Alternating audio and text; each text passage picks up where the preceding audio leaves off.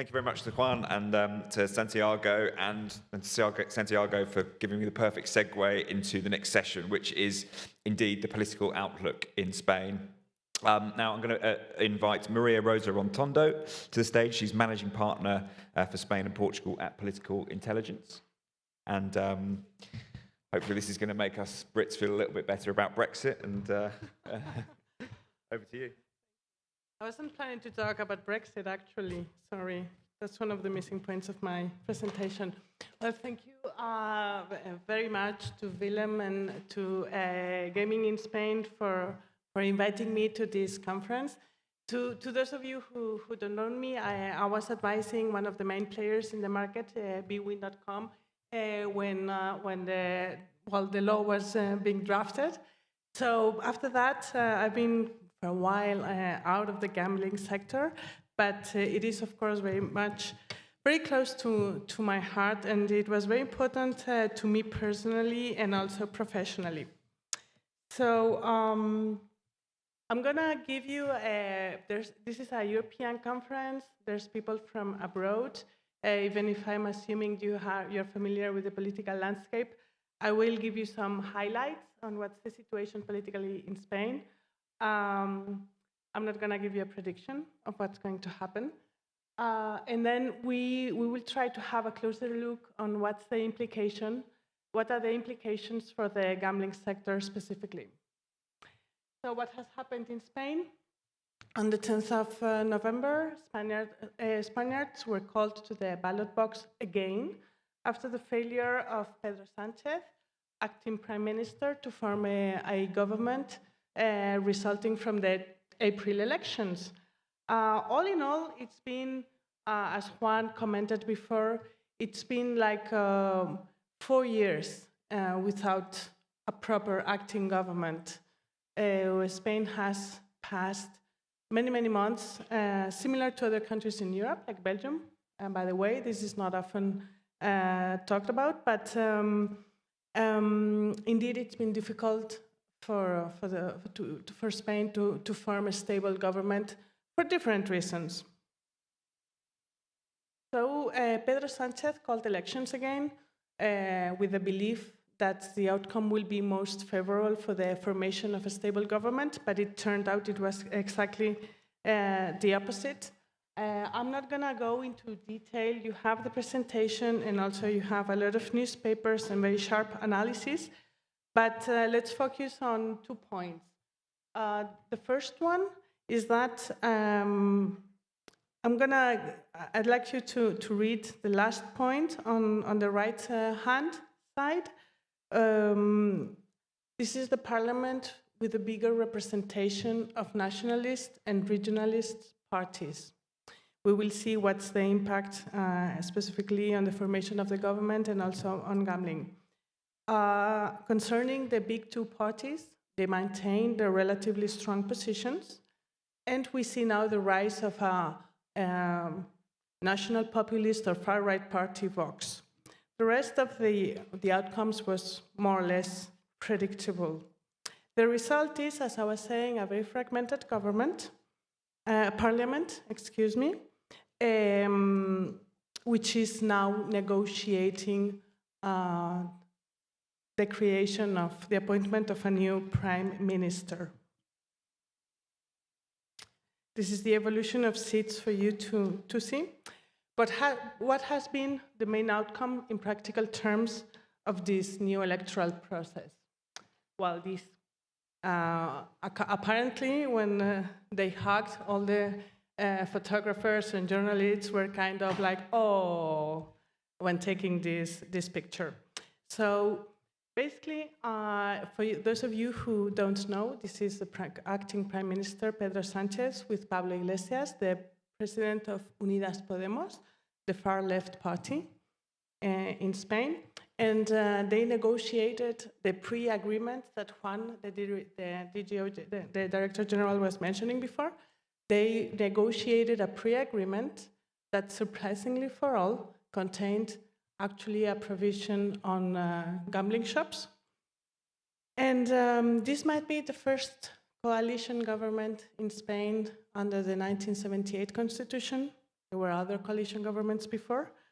And actually, this is very relevant in an industry like the gambling industry, because as we will see afterwards, a coalition government of PSOE and Unidas Podemos can be expected to be more strict in gambling than just a government of PSOE, even if it needs parliamentary support. But in addition to that, this is a very weak coalition.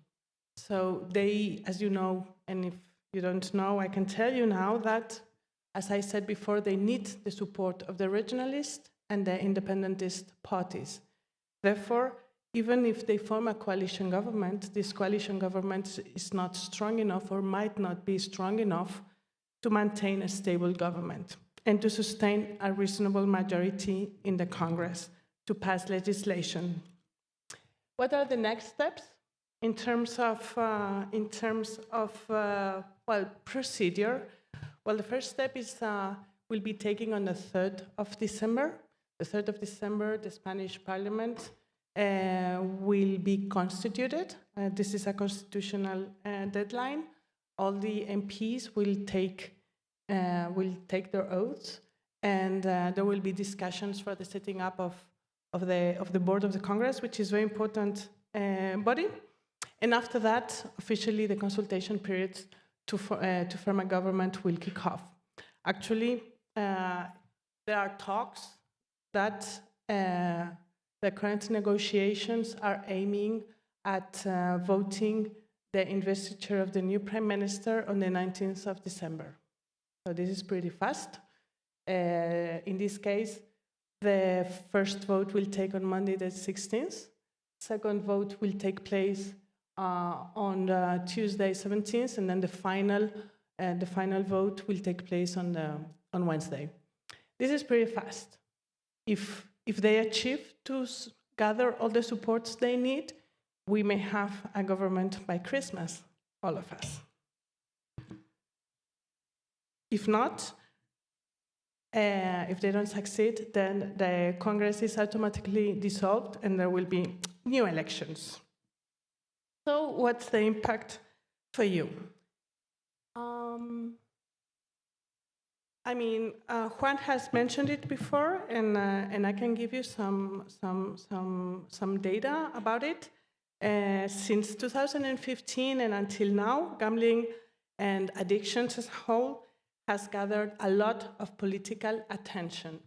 Even if that was not effective, because we are referring mostly to political discussion, political debate, only in the short 18th legislature, there were 26 parliamentary questions and 8 non-legislative initiatives, non-binding legislative initiatives tabled in the Congress.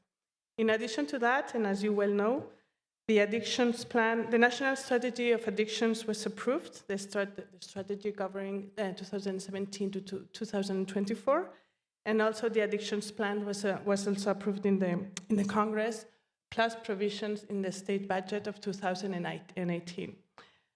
What I'd like to highlight is that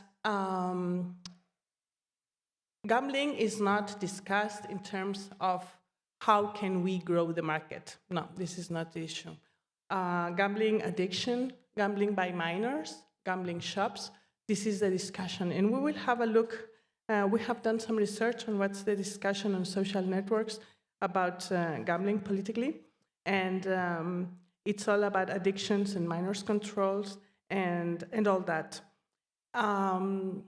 So we can say that this is a real and big concern.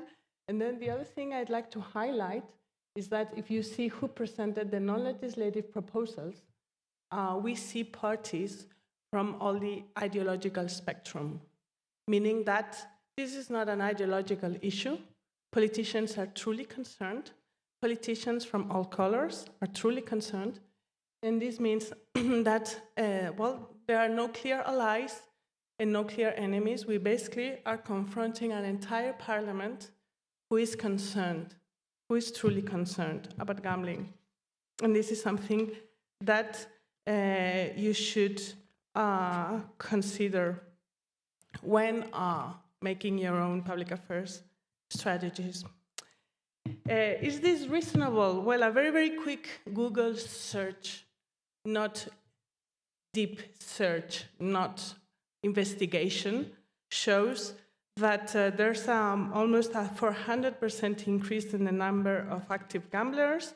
Apparently, 20% of minors bet or have bet in the internet, and apparently more than half of the children of a country have bet some money online. This is the news. This is the news. And this is exactly what is reflected in the parliamentary discussion and no other thing. What is my own analysis? Juan has mentioned it before. There is the public, the general public and the politicians do not distinguish online from offline gambling. There's a permanent confusion on both aspects. When Willem, when we were preparing this presentation, he asked me, will there be any mention about gambling in the investiture agreement? And I said, naive, no, there won't be anything about closing shops because, well, this is not a state competence. It's a competence that relies on the regions. Well, it comes out that the two politicians involved didn't understand the difference and put in an agreement that it's the basis of a new government at national level, something that it's of the competence of the regions. So yes, they didn't understand Title 8 of the Constitution.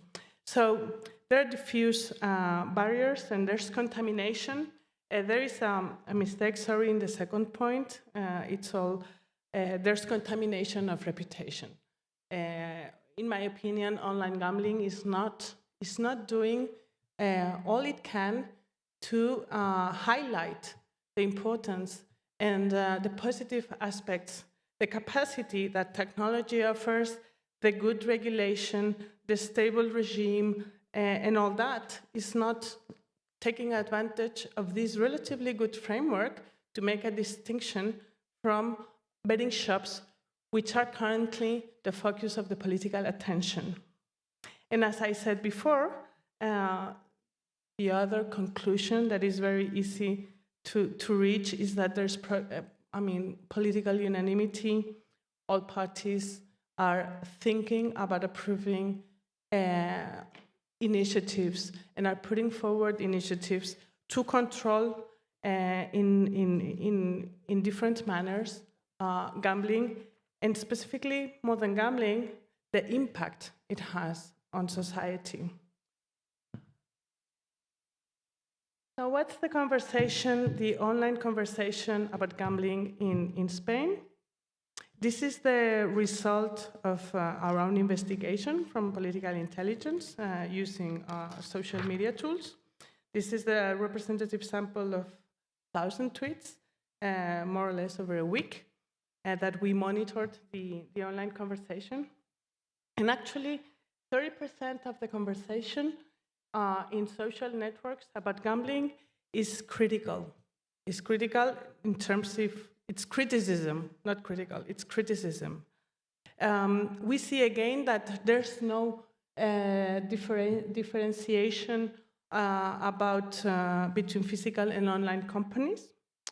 Hot topics are access to gambling by minors, the effects of gambling addiction, and the impact in the areas where bet shops are located. And may I remind you that there have been even demonstrations about this. And there was actually a hot topic when we were monitoring this. It was when the mayor of Barcelona also decided to establish a prohibition of betting shops in the city. So, and that gathered a lot of attention in the time when we were monitoring this, but this is, of course, coincidental. So, well, this is the same repetition. So I will finish. The Director General finished with a very classical quote, according to very classical authors on gambling. I will take a different angle here, and I will quote Kenny Rogers' "The Gamble," a very famous country song. And well, it says very clearly that life is about knowing what cards to hold and which ones to throw away. And actually, my recommendation, if I was, advising you guys, or I was thinking about strategy in public affairs, you really have to strengthen your good points in online gambling, how artificial intelligence, how KYC instruments, how you can really control who's gambling, how can you prevent problem gambling, and all these kind of things. And of course, keep educating the society and politicians as a whole that there's a huge difference in terms of business model and in terms of responsible gambling from online and offline shops. And this is something that I would do. This is my 2 cents for the audience. Thank you very much. I don't know if I have to take questions. No? No time? Perfect. Thank you very much. Bye.